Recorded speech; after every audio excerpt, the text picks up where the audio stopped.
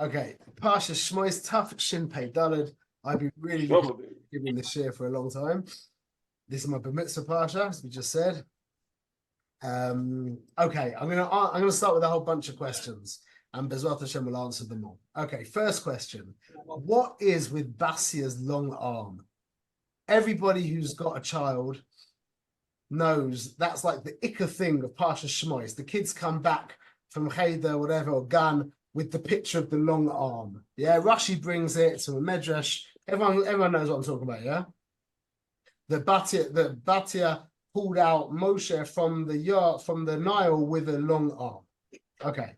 No, I never heard anything about that. So we're going to discuss that. Also, an interesting thing, Bas Paroi is also called Basia, yeah? Not in the Chumash. She's not called Basia in the Chumash, but the Gemara tells, the Chazal tells, she's called Basia. Imagine that, two names, Bas Paroi and Basia. The daughter of Paro and the daughter of God. What's going on? How could you have that like being called Russia and Sadik at the same time? Okay. Another thing, what's with the Teva? Why did we put the Teva? Not with the test, with the tough. Why did Moshe go in a Teva? Okay. And then also, why is the Nile called the Yor? From Lashon Or. Okay, in the same pasuk that we learn about, that Rashi talks about Basia's long arm. I'm calling her Basia, by the way, although the Chumash calls her Bas Paroi, I prefer to call her Basia. The Rashi talks about, I'll tell you the Rashi. The Rashi says, I'll give you the psukim as we go along. This is on pasuk base hay, okay? And it's the Rashi there. That he says on that same pasuk, he tells us that it says liyad ha'yor, and the al yad ha'yor, like on the bank of the Nile, and it says sheyad ha'adam samuchaloi, that the hand of a man is close to him. In the same pasuk, the Rashi tells us that Basia's arm like flew out. Yeah, is the same pasuk that Rashi tells us that the concept of yad is that it's something close to you. That's what it means. Yad on the bank of the Nile is called liyad ha'yor, which means just like a hand is close to a person, so too the means on the bank of the Nile. Okay. Also, when Paroi got angry about the Yidden, when Moshe came and talked about whatever, and Paro got all antsy about what Moshe was doing, Rashi tells us what he says. He says, Tafriya am Masov, the Pasuk says, the Tafriya am Masov, that your Tafriya is Lashon Paro, by the way, to be Mafriya, yeah, to disturb, is Lashon Paro, and it means to distance. Tavdilu v'schiku oisam melachtem. You try to distance them from their work. The whole parsha is about close and far. It's all very interesting, yeah? And then this is a really, really big question that I never heard asked before, that I thought of a little while ago, a couple of years ago, that was really important. What was the punishment what was the punishment that Hashem, once the Eden started getting antsy, what did Paro come back and say to everyone? He put a knas on the Eden. What was the knas he gave? The children have to be used? No, that wasn't the knas. You mean in the bricks and stuff? No, that's a different thing. The knas. No hay? Exactly. What kind of craziness is that? Everything was working fine. Obviously, there was a whole chevra collecting the hay, collecting the straw. What? And now you're going to make the Yidden go and get the straw. You didn't gain yourself anything, Bichlal. Avi, you just jumped out. The question was, what's with the punishment of making the Yidden collect the straw for the bricks? Make them make more bricks. Get something out of it. Why make them go? And it says, Dafka, keep the quota the same and just go and get the. So basically, Paro is going to end up with like a bunch of Egyptian chevra who are just sitting around like smoking cigarettes and talking about the football. Why give them a canast? Make them make more bricks. Why? You hear the question? And then what is the kesher? Why is Shabbos the benchmark of Yiddishkeit? If a Yid is not shomer Shabbos, you can't trust his shechita. He can't be an aid for you by your chuppah. You can't v'chulei v'chulei. Shabbos is like the benchmark of our Yiddishkeit. What's the kesher? Okay? Okay, so we'll try to answer these questions. It's a very beautiful idea. We know the ideas. I don't think they're going to be any chidushim here, but we'll see it. We'll see it all connected to the parsha as Rat Hashem. Okay, so the pasuk says, the Rashi says es amasa, pendashu es amasa. So when it says es amasa, that she sent her hand out, it says emaz they darshaned amasa es yada means her hand. Nistabva amasa amois harbe. It extended many. It extended a long way, so that she could pull Moshe out from the river. The Teva, the reason why Moshe was in the Teva means a word. Yeah. Anyone ever wondered why when you point to there's a minhag by some people to point to the Torah by Hagba with the small finger? Yeah, you seen the minhag? People do that. So one of the inyanim is that what they're showing in front of you, you can't see the Torah. How can you see the Torah? You can't see anything that's important. You can't see a person. You just see their goof. When someone dies, yeah, chas v'shalom, the person's gone.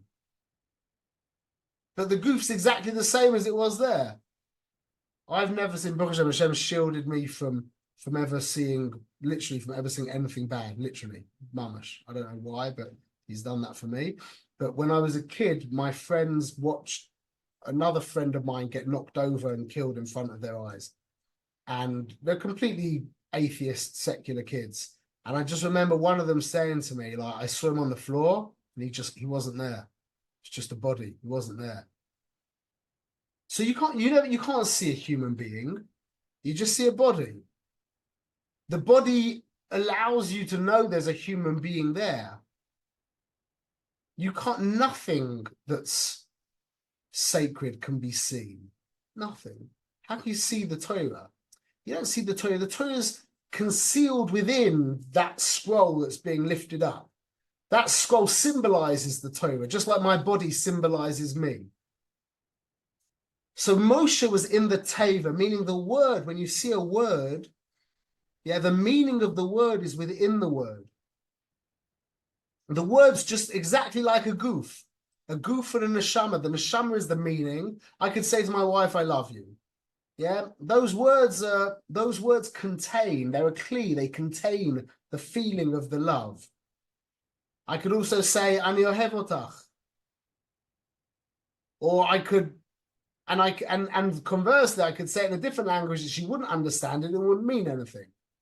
So the Teva symbolizes the inyan of the goof of the Torah. Moshe was the neshama of the Torah. Moshe was mamash the Torah. Moshe emes was swasoi emes. Moshe was the Torah. So he was in the Ye'or. Yeah, it came down from the house of Levi. Came down the Ye'or. Came down the Nile. That line of the Ye'or, Yud Aleph Vav Reish, means the light comes down from the light. This is the symbolism of the Or Ein Sof. There was the Or Ein Sof we've learned about, and then there was the Chalal HaPanui, yeah, the empty vacant space which everything took place in. And Hashem sent his Torah, which is concealed in words, down what's called the Kavem Tzai, down this line of light. Yeah, down this line of light. That's the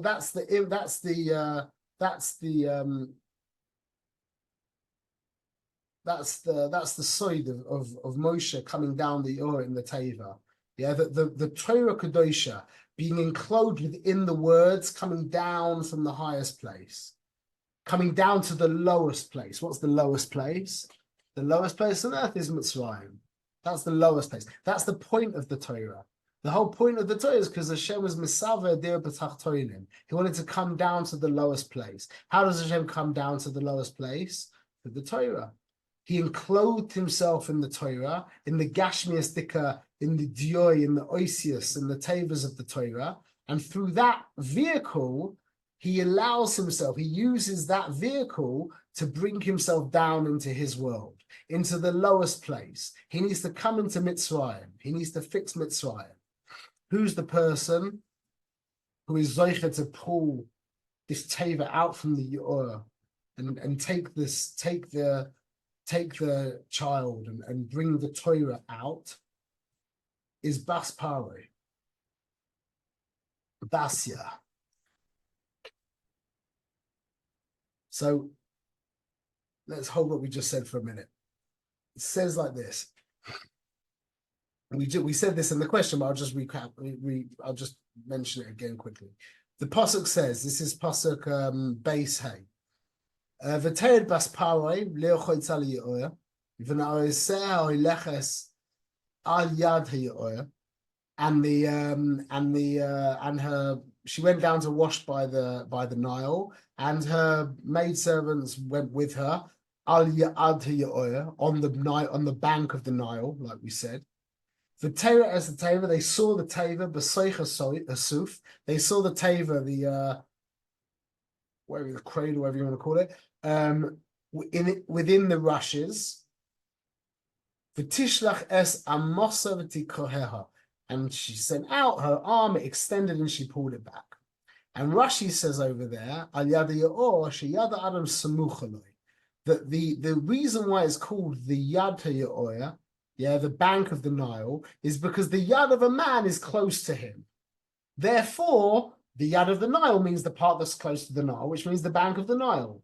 What's the meaning of the yad of a man being close to him? See, the yad of the man represents our action, Maisa. Yeah, we've got three modes of behavior. Three modes of behavior are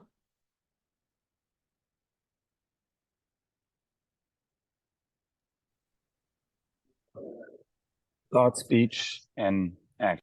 Yeah. So those are all symbolized by the hand. Those are all symbolized by the hand. It's called levushim. Behavior in Hebrew in Hasidus is called levushim, because levushim is how you interact with the world. You can't go out of your house without clothes on. Yeah, you want to go, you can stay in your bedroom without clothes on. You shouldn't really, you should be under the blanket one.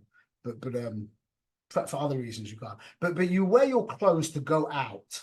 Clothes are the way that you interface with the world.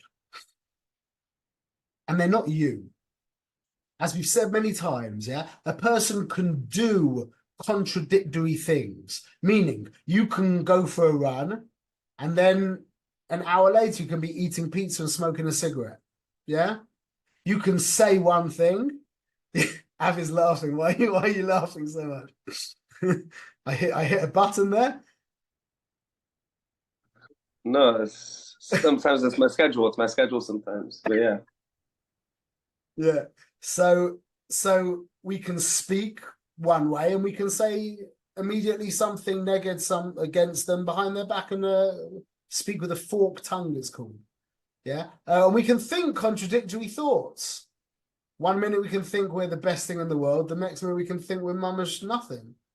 So levushim are not us. Yeah, they're not true. You act, you behave, you do, you think, you speak, you act. But that's not you. A person of this world has a very difficult time distinguishing between himself and his levushim. And that's the inyan of the snake, by the way. One of the biggest differences between human beings and animals is clothes. No animals wear clothes. The clothes of animals are built into them. And the animal that's most clearly demonstrates this is the snake. Why? Because the snake sheds its skin. We go to the shop, buy clothes and put them on. The snake, once every 6 months, gets rid of its clothes. Where's its new clothes come from? They're generated from inside. The whole inyan of the snake is that it and its levushim are echad. The whole union of a human being is that the man wears his levushim. They're not him. They're separate from him. So the hand that symbolizes our koyach of machshavah dibur ma'aseh, which means our behavior, by nature, sheyad ha'adam samuch aloi. The yad of a man is close to him. That's the nature of the human being. The default nature of the human being is that he identifies with his thinking, especially, also with his speech and also with his actions. That's the nature of a man. That's the default human aspect of the man. And don't forget, the human element of the man is actually very animalistic. That's why it's called the nefesh habahamis. The human element of the man is a very, very advanced animal. Yeah, just like you could say, I mean, it's a different phyla, but it's still a very advanced animal. The yid, on the other hand, is of a completely different kingdom. When you say different kingdom, it's not of the bria bichlal. So the yad of a man is close to him. The default perspective of a human being is that he identifies with his thinking, with his speech, and with his actions. He doesn't see a difference particularly between him. The person who's zoicha to Torah is the one who can separate himself from his levushim. And that's the inyan of Bas Paro with her long arm. That it took the extending of the arm that by default is very close to a person. The person who was zoicha to extract the Torah from the Yo'er was the person who was able to extend their arm away from themselves. They were able to make that differentiation and say, I'm not my thinking, I'm not my speaking, I'm not my action. Therefore, I'm responsible for my thinking, for my speaking, and for my action. The person is an animal responsible? Could you hold an animal responsible for killing someone? You wouldn't hate a tiger eats as a person's friend. Yeah, I mean, you might want to shoot it just for the fun of it or something, but you wouldn't feel like the same way as if a person killed someone. Chas v'shalom. An animal's not responsible for its behavior because an animal is its behavior. That's the inyan of thinking that you are luyavushim. How can I change my thinking, my speaking, and my action when that's me? No. The whole inyan of Torah is that you're not your thinking, you're not your speaking, you're not your action. Your thinking, your speaking, and your action is your project in Olam Hazeh. You're here to fix your thinking, you're here to fix your speaking, you're here to fix your action. You're not your thinking, you're not your speaking, you're not your action.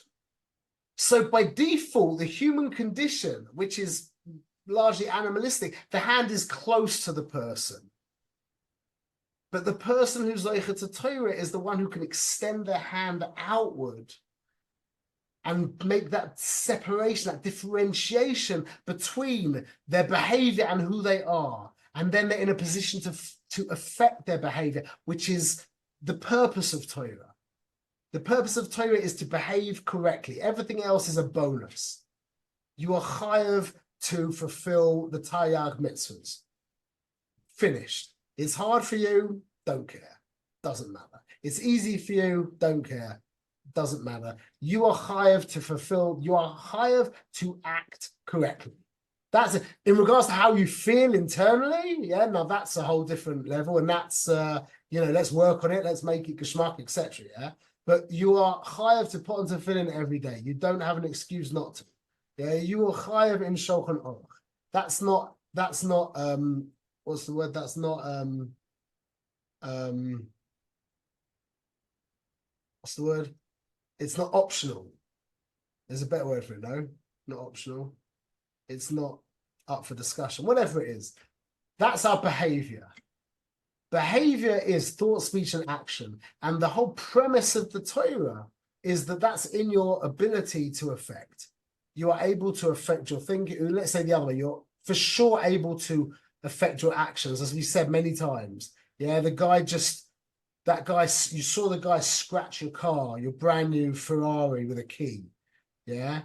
And you're just about to mummish. He's small as well, so you can really like beat him up. And then someone pops out of nowhere and says, I'll give you $100,000 if you don't do anything. Yeah. You put your hand down and give a big smile, pat him on the back.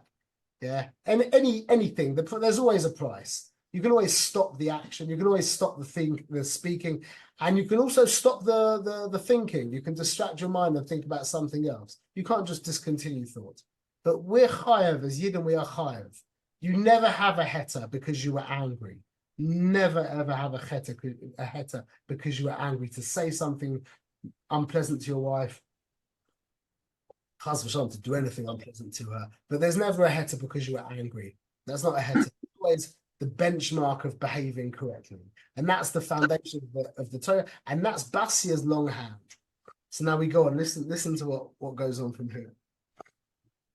So what does Paro now say?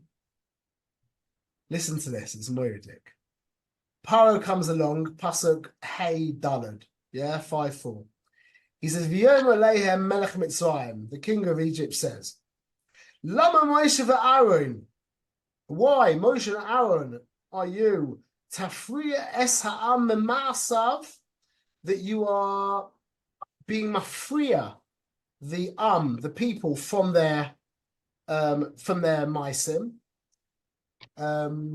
l'chu nisloy seichem, to go and to take it easy, whatever. Rashi says, okay, tafriu es ha'am memasav. Listen to this. Tavdilu v'sarchiku oisem melachtam. You are trying to distance them from their malacha.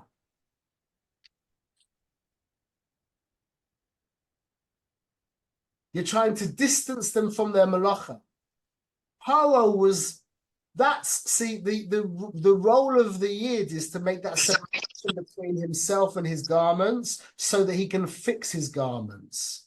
The avodah of Paro in the world, Paro is the opposite of Torah. The avodah of Paro is to keep the Yidden identified with their malacha. Their malacha is their behavior. So Paro is saying to Moshe, why are you trying to separate the from the malacha? Leave them alone. They're identified with the malacha. Once you've identified with your malacha, once you're identified with your machshava dibur ma'isa, that's it. It's finished. You've just become like a snake or an animal. Who's there to fix them? If you are your thought, speech, and action, then who's there to fix the thought, speech, and action? And that's what Paro was concerned about. So he said, Tavdilu, why are you trying to be mafriya them? Why are you trying to separate them, to distance them from their malacha? And he says like this, Sheshomim lachem, that they should hear you. They should hear you. And they should take it easy. What does it mean to hear you? That's the way. That's how Moshe is helping the Yidden, is by having them hear him. Not to see him, but to hear him. Just like the only way you can be affected by somebody is by listening to them, not by looking at them. You can't be affected by somebody through seeing them the real way. The real way that you're affected by somebody is from listening to them. And the deeper you listen to them, the deeper you can be affected by them. So Paro tells us that. He says, number one, don't try and distance the Yidden from their malacha. I've got them just where I want them. They are absolutely identified with their behavior. That's what I want. By how? By listening to you. And the chem, again, remember the chaf is always the person, the keser, the etzem person. By listening to the person himself, we're not going to allow that. So now what's the response? What's klipa? Someone give me definition of klipa.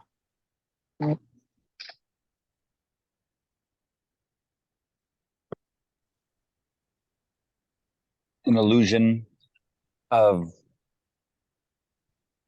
picking yourself. This is The other side. Shell, peel. Yeah, which is, what's that? That is means to an end. You're going to say that. means to an end.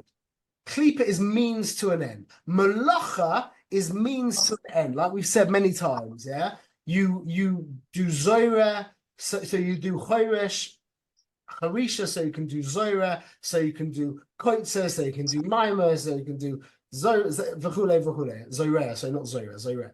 You each the malachas are all processes. Yeah, they are means to an end. You don't just plow a field, have a plowed field. It's not an end unto itself. You plow the field so you can plant the seeds. You don't plant the seeds so you can plant the seeds. You plant the seeds so you can harvest them, so you can gather them, so you can eat the bread. That's malacha. Malacha is a means to an end. So Paro says, stop distancing the Yidden from their malacha. Building cities, yeah, which is what the Yidden were doing, is one of the most means to an end things you can ever do. You don't build a house for the sake of building a house. You build a house for you to live in it. Building a house is a means to an end, yeah? Listen to the godness of this. Listen, this is so choshev, so amok. So what did the Klipa then say? What was the Klipa's response to the Yidden getting all riled up and ready to go and serve the Rebbeinu Shalom, get involved in Tachlis? The Klipa's response was, we're going to get you deeper into Klipa. We're going to get you, it's not enough now the means to the end. We're going to get you involved in the means to the means to the end. Go and collect straw for the bricks. Now we've taken you a step deeper into Klipa. You're not just involved now in the means to the end, the building of the cities. You're now involved in the collecting of the straw so that you can make the bricks, so that you can build the city. That's what the Klipa is trying to get us into, to get us deeper and deeper into the means to the end. Because means to an end goes, you know what the very, very first thing is? If everything's a means to an end up until Kedusha, what's the very beginning of the whole thing?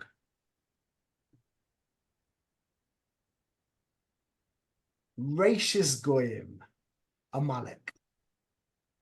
That's Rashis Goyim.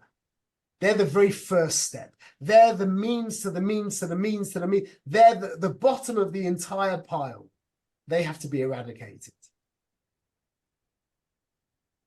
So Paro is the whole hashkafa of the Klipa, Yemach Shemoy, is to bring the Yidden not just to get more involved in the means, but to get involved in the means to the means.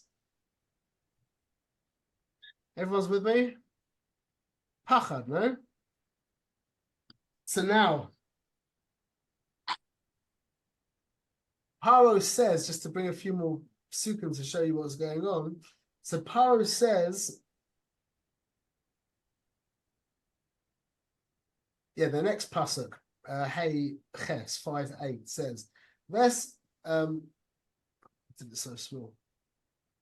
Maskoines leveinim asher heim oisim timo shulshon simu leihem lo tigu mimenim." Don't do less than what we said. It says like this. Ki nirpim heim. Nirpim is a very interesting lashon, yeah? Nun reish pei yud mem. Nirpim heim. Al kein heim sa'akim leimor neilecha nizbucha le'elokeinu. Therefore, they're becoming nirpim. And therefore, they're screaming out and they're saying, we want to go and pray to our God. We want to go and make be makriv to Hashem. Nirpim is close to the lashon of refuah. Ki nirpim heim. It's coming. It feels like it's coming to your words, Moshe, are healing them. They're hearing your words. They're listening to you, and that's healing them. So Rashi says, Ki nirpim, yeah, min avodahem. Libam poine el habatala, that their heart therefore is turning to batala, is turning to like emptiness. That means bittul. That means to to being ready to be over the Shem. That's the Russia on this pasuk 5:8. That their heart is being poine habatola to become battle and to serve you, Abona Sholem. And he says near him, Hamalacha refuya biyadam, and the malacha is becoming refuya biyadam. It's becoming loose in their hand, weakened in their hand. This is the whole avoida of Geula and the whole agenda of the Klippa. You hear what's going on under the surface is Moedik. Okay, to answer the last question, so why is Shabbos the benchmark of the Yid? We just said because Shabbos is the distancing ourselves from means to an end. It's getting involved in Tachlis. Tachlis are Shemayim va'aretz. That's why Shabbos and Oineg is synonymous. Why? Because Oineg is never a means to an end. Oineg is always an end unto itself. That's why Shabbos is Tachlis. Tainug, Oineg is what causes you to do everything. But you never do Tainug for a reason. So that's the Kesher to Shabbos. So that's why the benchmark of Yiddishkeit is being Shomer Shabbos, is this being able to separate yourself from the means to an end and becoming Kashor to Tachlis. So we'll finish up. I had another whole thing to say, but I don't know if there's time. Probably not. Or maybe I'll say it very, very quickly just because it's very beautiful as well. But so Basia's long arm was because she was marchik, her hand, which symbolizes her behavior. She was the one who was zoicha to pull Moshe out from the Yor because she could distance herself from her behavior. And that's the whole tachlis of Torah, is that you have to know that your behavior is your project. It's not you. You're here to fix your behavior. And that's why she was called Basia and Bas Paroi. She was Bas Paroi, but this was when she became Basia. When she revealed that she was born to Paroi, but she was revealed that she was Basia, that she was really the daughter of God. Yeah, and that's why the kesher with the Tabor is that Hashem concealed himself, the inyan of Moshe, in the Teva, which is the word. So the Torah is concealed within the words of the Torah. That's, by the way, why the Torah begins with Beis, yeah, Bereshis, Bara Elokim, and why every daf of Gemara begins with Beis. Why? Because we are searching for the Aleph. The Aleph is the Alufa Shel Olam. The Aleph is Hashem himself. It's not enough that you just open the Gemara, you just do your daf yomi. You need to do your daf yomi because you're searching for the Rabbeinu Shloim. That's why you're doing the daf yomi.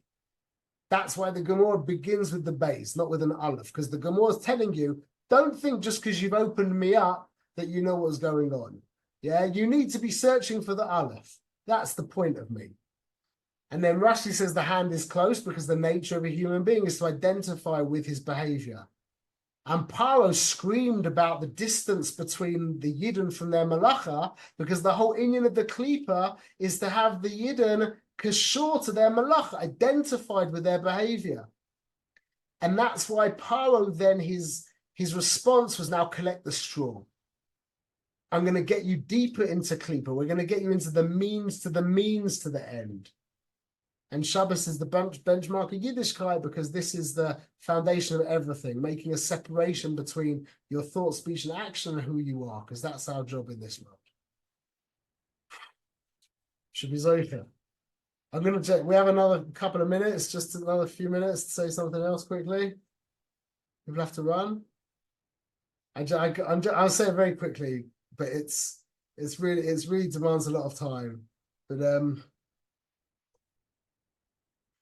it says in the it's really a very beautiful thing, but it says v'anachnu v'yanchu b'nei Yisrael min avoda. The Yidden groaned. Yeah, v'yanchu. V'yanchu means they groaned, or they groaned. V'yanchu, they groaned from the avoda. Which pasuk? It's pasuk. That is a good question. Didn't write which pasuk it is. Oh, wait a minute. I think I can tell you.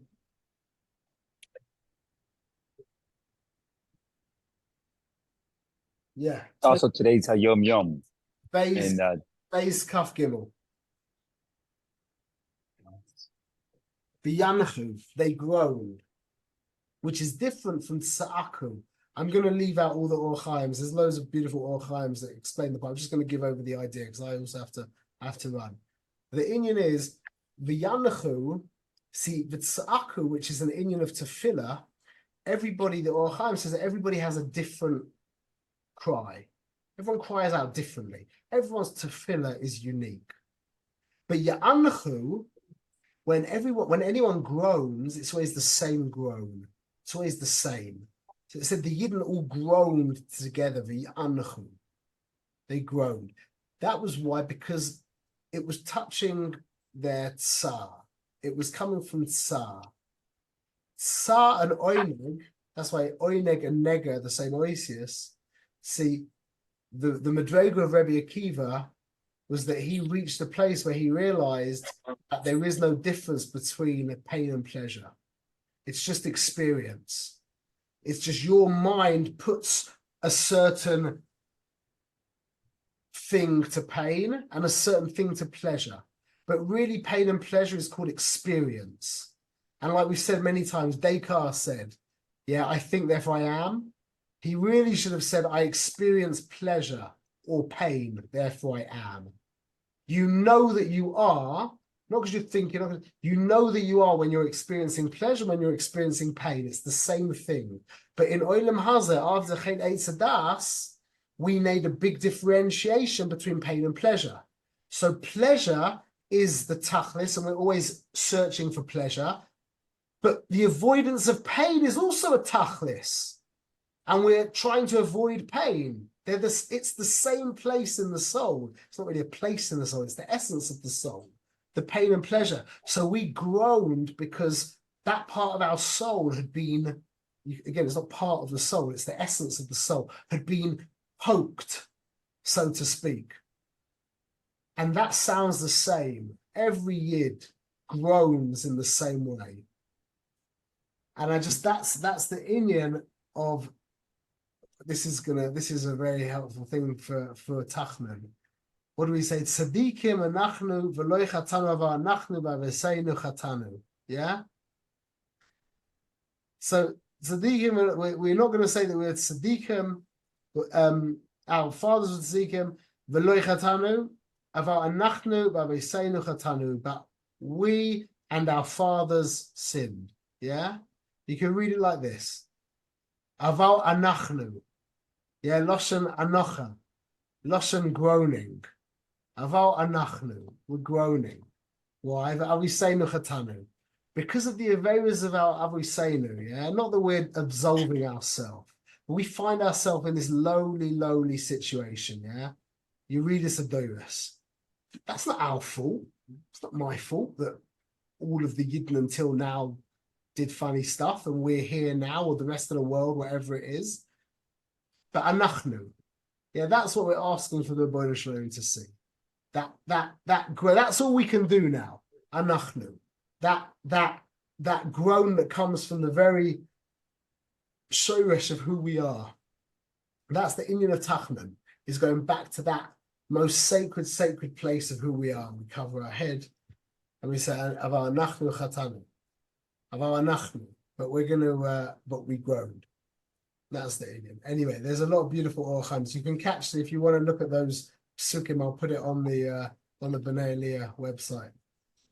Okay, we should be zeicha to groan to kedusha. Ezrat Hashem. Amen. Chazak Baruch, Rabbi. Amen. thank you. Have a great Shabbos. Pleasure. Good Shabbos. Good Shabbos. But, Thank you. Chazak.